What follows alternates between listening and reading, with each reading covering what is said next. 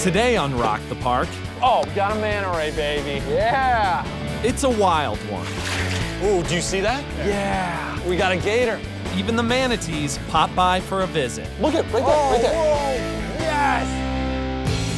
And we make a house call on a threatened species. Do they bite? Anything with a mouth can bite. We're visiting one of the best kept secrets on the East Coast, and it all starts now.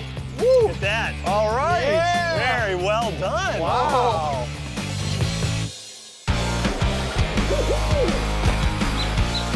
I'm Jack Stewart. And I'm Colton Smith. We've been buddies for years, and we love exploring the national parks. It's all about packing up a car and just doing it, just hitting the road. Our goal is to visit every national park in this country. And when you go off the beaten path like we do, There's no telling what will happen next. get set to rock the park.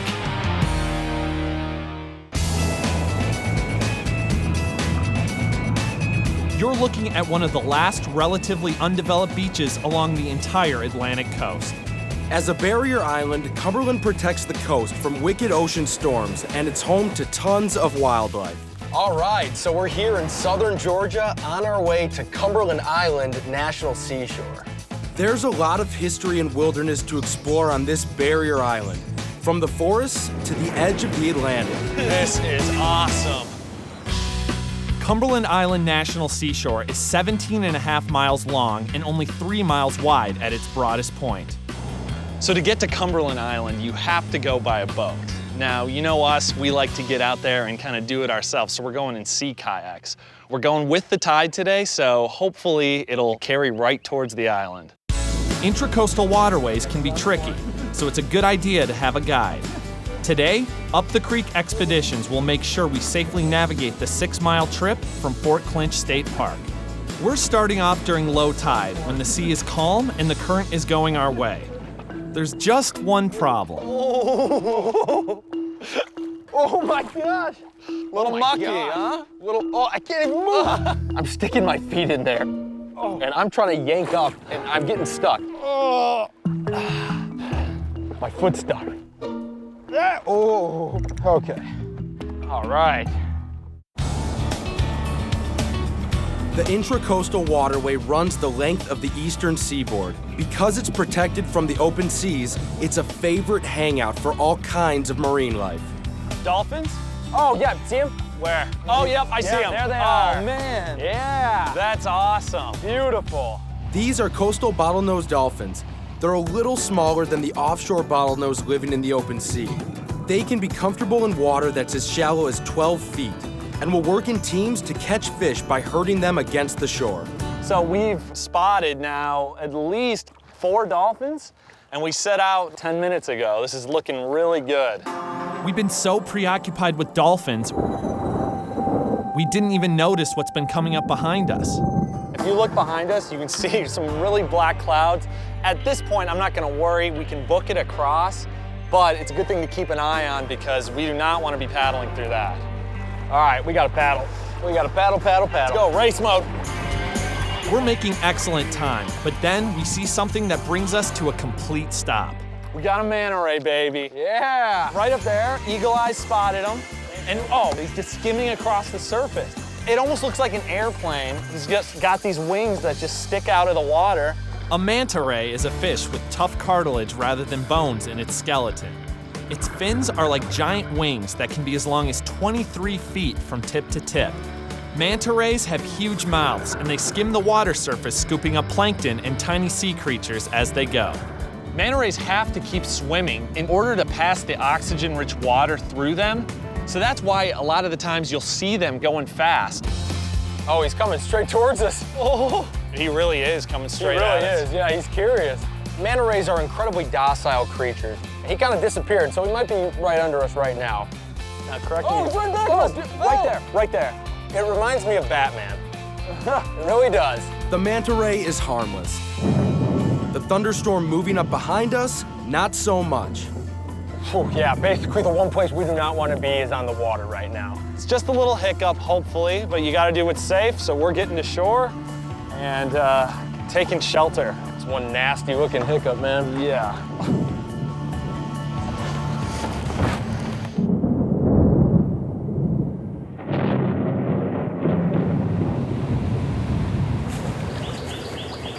After about a half hour, the storm passes and we're ready to get back in the water. We've still got at least a mile to go. We've already seen dolphins, we've already seen manta rays. Now we're keeping our fingers crossed for some manatees. We keep working our way around the southern end of Cumberland Island, passing by large areas of saltwater marsh. Exactly the kind of habitat manatees like. They're nicknamed sea cows because of their size, gentle nature, and the fact that they graze on sea grasses and weeds. They can weigh up to 1,500 pounds. Manatees spent 50% of their life sleeping and the rest eating. For both, they tend to drift along right below the surface.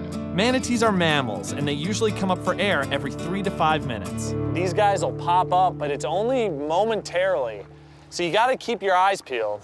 Ooh, right there. What? Oh yeah, look at right there, Oh, right there. whoa! Yes! All right. Manatees are at home in freshwater and saltwater, as long as it's warm. There were 2 of them right there, weren't there? I think so. I Yeah. think that was 2. From where we dock on the south end of the island, it's a short walk back in time to what's left of an impressive mansion that was built hundreds of years ago.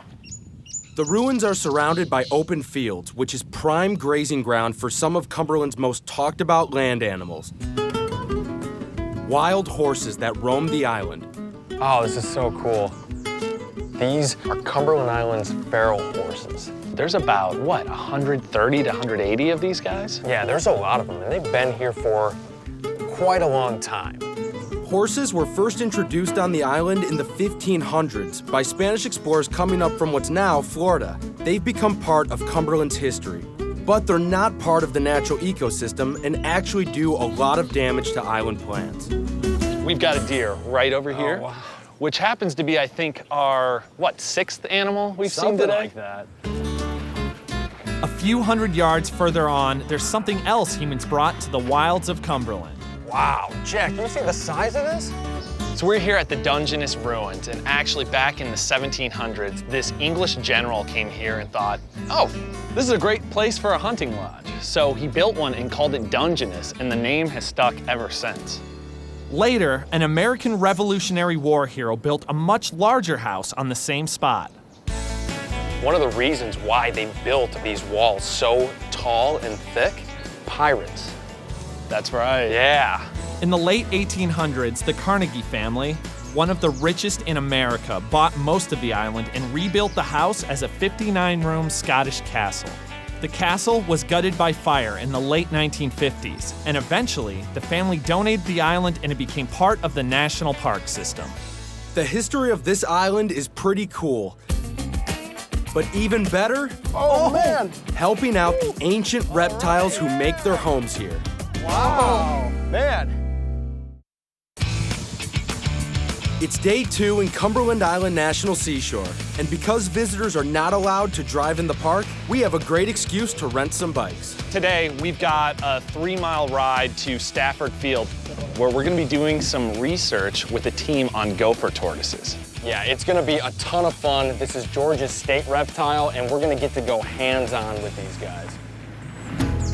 A tortoise is a kind of turtle that lives on land instead of in the water. The gopher tortoise gets its name because it lives in burrows it digs for itself. Dr. John Enns plans to map all of the gopher tortoise burrows.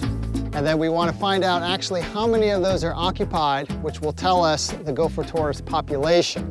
I haven't been the most comfortable around reptiles in the past, so it sounds like for this one, I'm gonna have to break out of my shell a little bit. Now I have another question. Do they bite? Well, I tell my students, anything with a mouth can bite. They're pretty docile, and I've never had one try to bite me, really. Wish I could say the same about the plant life here. Yow. Oh, man. my gosh. Oh, you've got a ton of them. We call those jump 'em up cactus, and you have to be very, very careful when you pull them out, because the thorn might leave in there. This prickly poncho cactus is actually a food source for the tortoises, so we're gonna be sure to watch our step. That hurts. That really hurts. Dr. Enns and his team are working in the center of Cumberland Island, where there's plenty for the tortoises to eat and the flat open ground allows easy digging. So far, the team's found about 200 gopher tortoise burrows. Why do they dig burrows in the first place? Well, because they live in typically hostile environments, like it's really hot here. Yeah. Under the ground gives them the coolness, and if they're hot or cold, they just go up in the burrow or they go down in the burrow. Yeah. And here's the coolest thing about these guys, is that this burrow is not just home to a gopher tortoise. Up to 300 to 400 other organisms will use a gopher tortoise burrow for a whole variety of things. In fact, if you look closely here, you see this kind of groove here? That's actually the tail of the armadillo. Oh, wow. As he goes in there, his tail is just dragging there. Armadillo means little armored one in Spanish. They're also good at digging burrows, but here, they're apparently just as happy to let the tortoises do all the work. Does any conflict come of that? I mean, that's an awful lot of work to dig a nice little burrow. I'd be pretty angry if somebody just said, I'm gonna take this too. Actually, what we found, they coexist pretty well. Since hundreds of other animals depend on their burrows, that's all the more reason to protect the gopher tortoise. This one is empty. The next one, who knows? So guys, this looks like a potentially active burrow. Now when we come to these, the tortoise may be just inside, so we gotta be really quiet.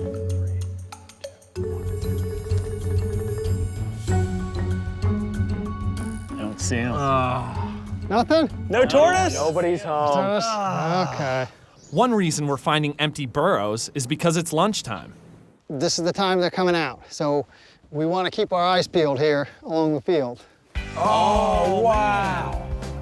That's hilarious. He's just got his face like right in the ground like that. What's he doing? He's starting to burrow. If you look, particularly on his back foot, you can see his big claws. He uses those claws to dig in and pull the dirt back. Oh, yeah. You see those? Oh, yeah. Wow. So what we want to do is we want to do some measurements with him in terms of overall size, weight, that kind of thing. And then when you take him out though, his feet and claws are really stout. Okay. So what you want to do is basically put one hand underneath him, Okay. and the other hand on top, and hold him like this, because then he can't claw you or anything like that. Oh, I've seen what those claws can do. Exactly. Yeah, you gotta get him, man. Where's his head? It's in. It's in? Yeah. That's his backside. Get him. Oh, man. Oh, man. Woo. Look at that. All right. Yeah. Very well done. Oh, man. You're the gopher tortoise wrangler. Yeah, you know, like sitting there looking at him, I was like, oh, he looks like a gentle little guy. And the moment I picked him up, he's like, ah!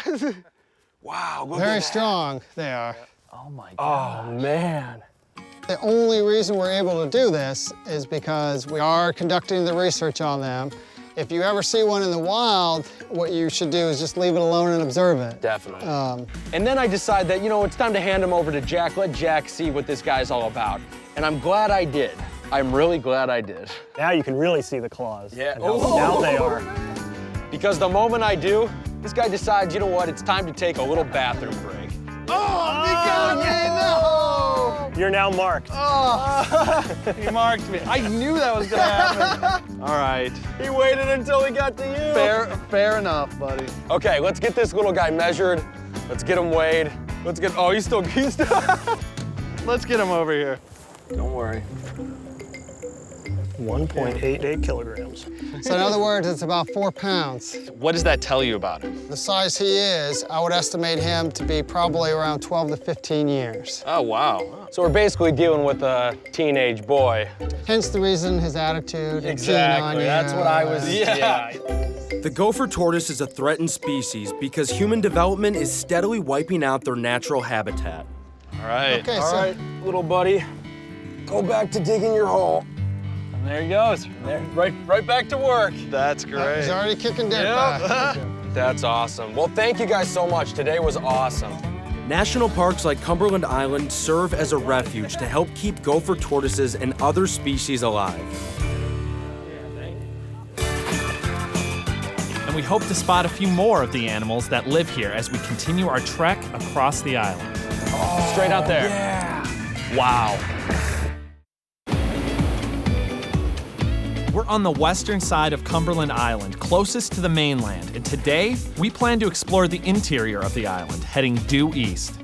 We are going for about a 6-mile hike, and we're gonna end up at the Atlantic coast.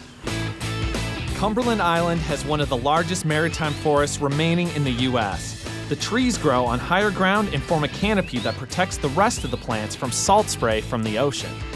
About 2 miles up the trail, we hit a dirt road that leads up to one of the park's historic treasures. Wow, man. That's awesome. That's really cool. This is the first African Baptist church, which was built in 1893 by a settlement of freed slaves known as the Gullah Geechee. The church was rebuilt in the 1930s, and that's the structure that still stands today. If it looks familiar, that's because the late John F. Kennedy Jr. married Carolyn Bassett here in 1996. A lot of times nature's a spiritual experience, so it's kind of cool to see that this church was built right here in such a beautiful place. Barrier islands like Cumberland usually start out as big lumps of sand and sediment piled up along the coast by wind and water. So it's not surprising to step out of the trees and into a desert of sand dunes. Like we're marching across the Sahara. Sahara, yeah. You might want some sunglasses because this reflection is blinding. It's pretty cool because you're allowed to come out here and explore the dunes, and on the other side is Lake Whitney, where we're gonna be looking for some alligators. And hopefully we get to spot a couple. We've seen just about every other type of animal here on Cumberland Island.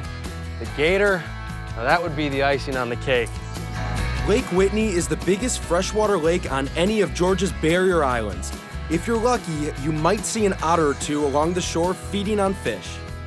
The lake is also home to a lot of snakes, including the venomous cottonmouth, otherwise known as a water moccasin. So you definitely do not want to take a dip here. Straight out there. Yeah. This is awesome. Right out there, we've got a gator. His whole head is out of the water. His back now, look at his back. You Oh, that's incredible. He's a decent sized one too. Wow. And he's looking right at us, it seems. Yeah. He knows we're here. As the largest reptile on the island, the alligator is certainly at the top of the food chain. There's really not a lot of alligators on Cumberland Island, and the National Park Service doesn't even do a survey of them. So the fact that we get to see one here is really, really lucky. Alligators, they're freshwater reptiles. Occasionally, they'll venture over into the Atlantic Ocean just to feed, but this is where they like to be. That's why this is a perfect habitat for these alligators. They've got their food here, and if they need to, coast isn't too far away. It's a one-stop shop. Just like the gators, we're drawn to the sea. We've got 18 miles of just pristine beach. And a few awesome sea creatures who wash up with the tides. After a 6-mile hike across Cumberland Island through forests and sand dunes, we finally reached the Atlantic Ocean. This entire beach is undeveloped. That is why this is a national seashore. We've got 18 miles of just pristine beach. And right now it feels like it's all ours. Oh yeah. Well, ours and the other wildlife that use this beach. Sea stars are often called starfish, but they're not fish. They don't have gills, scales, or fins. One of the coolest species you can find here is the royal sea star. Their mouths have a set of 5 jaws covered with spines, which they use to eat their prey whole. This protected stretch of beach is also a safe haven for 3 species of sea turtles who nest here from late spring to midsummer. Hundreds of green sea turtles and loggerheads come ashore and produce tens of thousands of hatchlings each year. Think about all the wildlife we saw. We saw dolphins, manta rays, manatees, horses, gators. What didn't we see? You know how I am with manatees. I wanted to see a manatee. And there they are, just hanging out, waiting to say hello. And how awesome was it being on the ground floor of the Gopher Tortoise Research Project?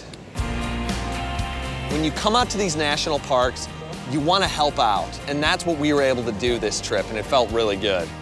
It's the little things that we can do to help preserve the national parks. And remember, Hey, if we can do it, so can you. So the next chance you get, go out and rock the park.